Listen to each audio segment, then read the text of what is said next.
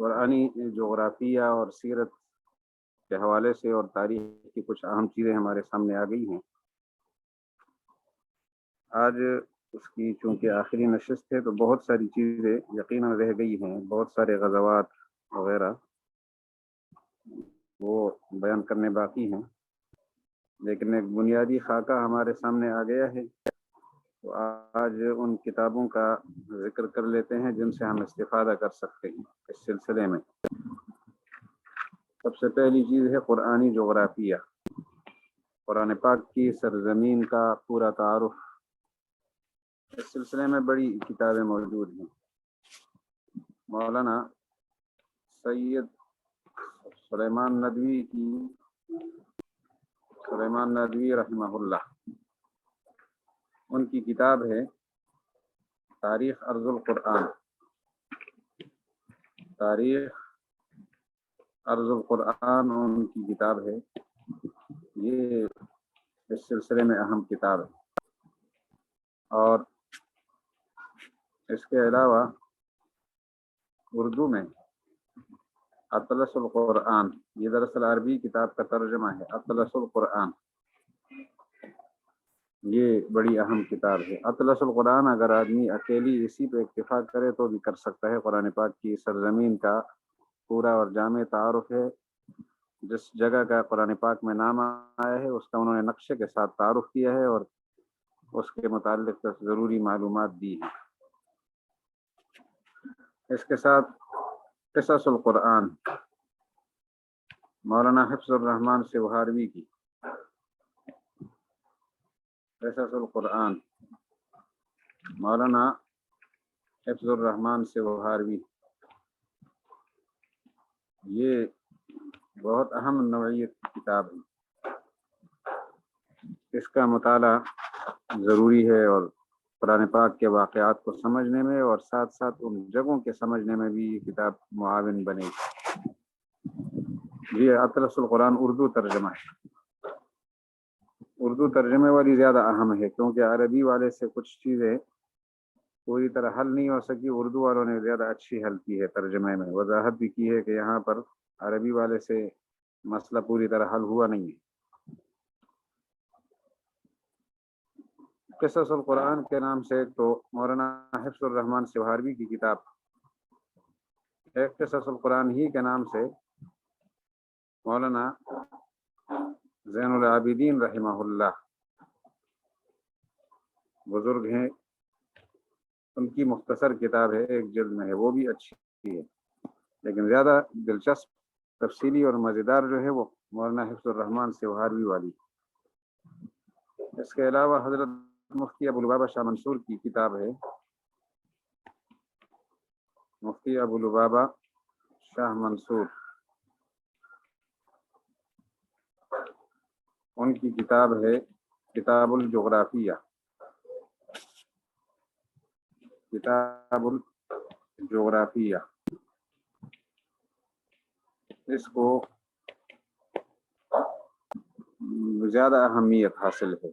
اس کو یوں سمجھ لے کہ ایک متن ہے اور تمام جغرافیائی اور قصص کے حوالے سے ضروری معلومات کے لیے مکمل رہنما کتاب ہے۔ اس کے علاوہ حضرت مولانا عبد الماجد دریابادی کی عبد الماجد دریابادی،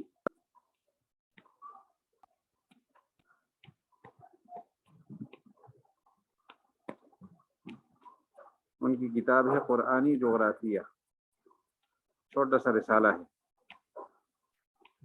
تو بڑی اچھی کتاب ہے۔ اس میں قرآن پاک کے تمام مقامات کے نام اور تعارف انہوں نے ذکر کیا ہے حروف ابجد کے حساب سے۔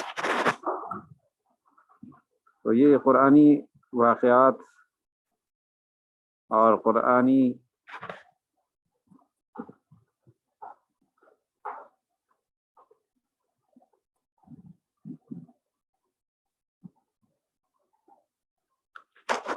یہ جو سوال کسی نے کیا ہے مجھے سمجھ میں نہیں آیا کیا پوچھا ہے، پلیز۔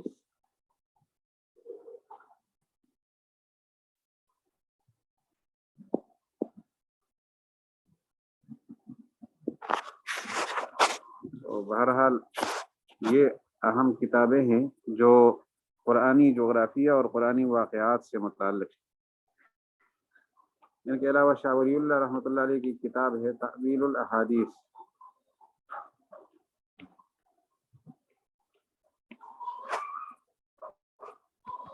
شاہ ولی اللہ وہ اس نوعیت کی بڑی اہم کتاب ہے، قرآنی واقعات سے انہوں نے بہت اچھے نتائج نکال کر امت کے سامنے رکھے ہیں۔ اور مولانا عبید اللہ سندھی رحمہ اللہ کا ایک رسالہ ہے قرآن کا مطالعہ کیسے کیا جائے، قرآن کا مطالعہ کیسے کیا جائے، مولانا عبید اللہ سندھی رحمہ اللہ، یہ رسالے دیکھنے کے ہیں۔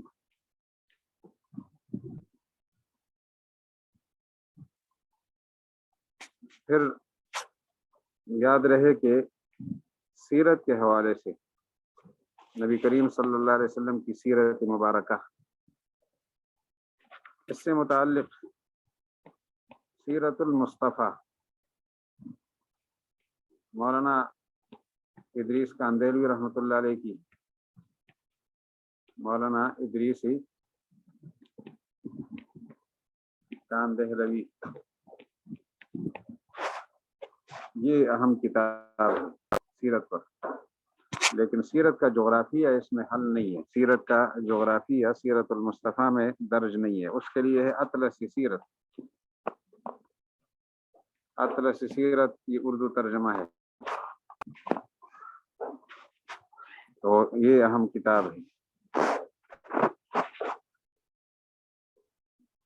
تاریخ کے حوالے سے تاریخی ملت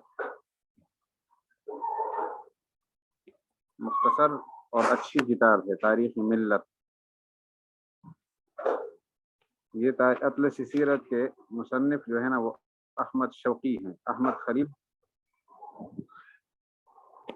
خلیل شوقی ہے، اس طرح نام ہے، مشہور کتاب ہے اطلس سیرت کے نام سے، اب دیکھنے نام اس وقت مصنف کا مجھے مستحضر نہیں ہے۔ تو عربی میں کتاب تھی، اردو ترجمہ اس کا لاہور سے چھپا ہے۔ تاریخ ملت یہ تاریخ کے حوالے سے ایک اچھی کتاب ہے، اس کا آدمی مطالعہ کرے تو تاریخ کی ضروری چیزوں سے وہ خوب واقف ہو جائے گا۔ اس کے علاوہ تاریخی اسلام مولانا اکبر شاہ نجیب آبادی کی، یہ اہم ہے لیکن یہ مکمل نہیں ہے، یہ خلافت عثمانیہ کے شروع تک ہے، خلافت عثمانیہ تک۔ ہماری جو خلافتیں ہیں ان کا جو مرحلہ وار جائزہ تھا ہم نے عرض کیا تھا، پہلا مرحلہ خلافت راشدہ کا 41 ہجری تک ہے، اور دوسرا مرحلہ 132 تک ہے، اور تیسرا مرحلہ 656 ہجری تک ہے، اور چوتھا مرحلہ وہ 659 سے 659 ہجری سے 923 ہجری تک ہے۔ یہ جو پہلا مرحلہ ہے یہ خلافت راشدہ کا مرحلہ کہلاتا ہے، دوسرا مرحلہ خلافت بنو امیہ ہے، اور تیسرا مرحلہ خلافت بنو عباس کا پہلا دور ہے، اور چوتھا مرحلہ بھی خلافت بنو عباس ہے لیکن ان کا دوسرا دور۔ پہلے مرحلے میں خلافت کے جو مراکز ہیں وہ دو رہے ہیں، شروع کے 3 خلفاء مدینہ منورہ میں تھے، اور چوتھے خلیفہ اور 5ویں حضرت حسن رضی اللہ عنہ یہ حضرات کوفہ میں رہے، اور بنو امیہ کی خلافت کا مرکز 132 ہجری تک وہ دمشق میں ہے۔ درمیان میں سن 73 ہجری تک 65 سے 64 سے لے کر 64 سے سن 73 تک حضرت عبداللہ ابن زبیر رضی اللہ عنہ کا دور تھا، وہ مکہ مکرمہ سے وابستہ رہے، انہوں نے مکہ کو دارالخلافہ بنا دیا، اور